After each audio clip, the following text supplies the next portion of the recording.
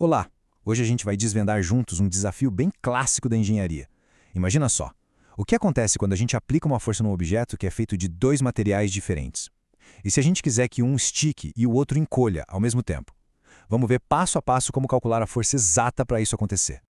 Então, o nosso desafio é esse aqui, ó. A gente tem um barramento misto com uma área de 1 m².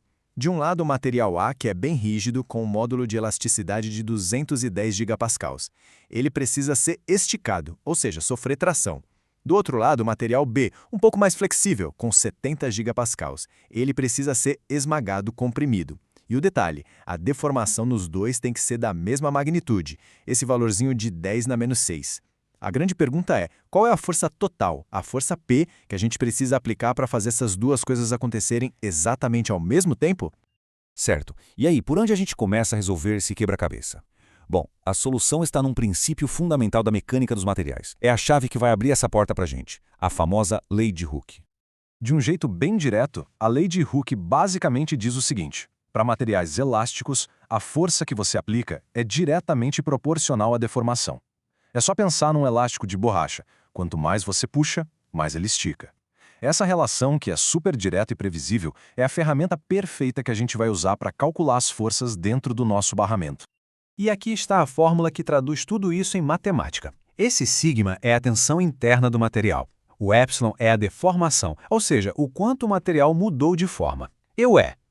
O E é o módulo de elasticidade. Pensa nele como se fosse o RG, a personalidade do material. Um E bem alto significa que o material é super rígido, tipo um aço. Um E mais baixo indica que ele é mais flexível. Ok, mas a pergunta do problema é sobre a força, não a tensão. Para a gente chegar na força, é simples. A gente só precisa ajustar um pouquinho a fórmula, multiplicando tudo pelo último elemento que faltava, o A, que é a área da seção transversal. Pronto. Agora a gente tem uma equação direta para calcular a força em cada um dos materiais. A melhor estratégia para resolver isso é fatiar o problema. A força total P precisa fazer duas coisas ao mesmo tempo, certo? Esticar o material A e comprimir o material B. Então, o que a gente vai fazer? Calcular a força necessária para cada uma dessas ações, separadamente. Nosso plano de ataque vai ser bem claro em 3 passos. Primeiro, a gente acha a força no material A. Segundo, a gente acha a força no B. E por último, o mais fácil, a gente soma as duas para encontrar o P total. É uma abordagem bem lógica para um problema que, à primeira vista, parecia complicado. Agora é hora de botar a mão na massa. Vamos aplicar a fórmula. Para o material A, aquele que está sendo tracionado, a gente pega o módulo de elasticidade dele, 210 gigapascal, e multiplica pela deformação de 10⁻⁶ e pela área, que é 1. O resultado dá uma força de 210 kN. Agora para o material B, que está em compressão, a gente faz a mesma coisa. Pegamos o módulo dele, 70 gigapascal, e fazemos o mesmo cálculo. Chegamos em 70 kN. Beleza? Com as forças individuais já calculadas, a gente está um passinho da resposta final. É só juntar as peças do quebra-cabeça. Para encontrar a força total P, a gente simplesmente soma as duas forças que acabamos de calcular. Pensa assim, ó. A força P está agindo contra a resistência dos dois materiais ao mesmo tempo. Ela precisa ser forte o suficiente para vencer a resistência à tração do material A e também a resistência à compressão do material B. Por isso a gente soma os dois esforços. Então, é só substituir os valores que a gente encontrou. São os 210 kN do material A mais os 70 kN do material B. A matemática final é bem direta, né? E pronto! Chegamos na resposta final. A força total P que a gente precisa é de 280 kN.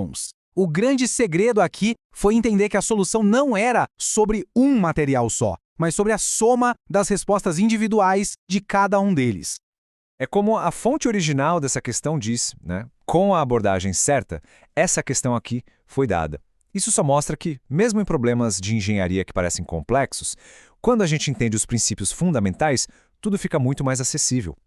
E sabe, isso tudo nos leva a uma reflexão maior. Esse problema, que parece simples, com só dois materiais, é na verdade a base de todo o campo dos materiais compósitos.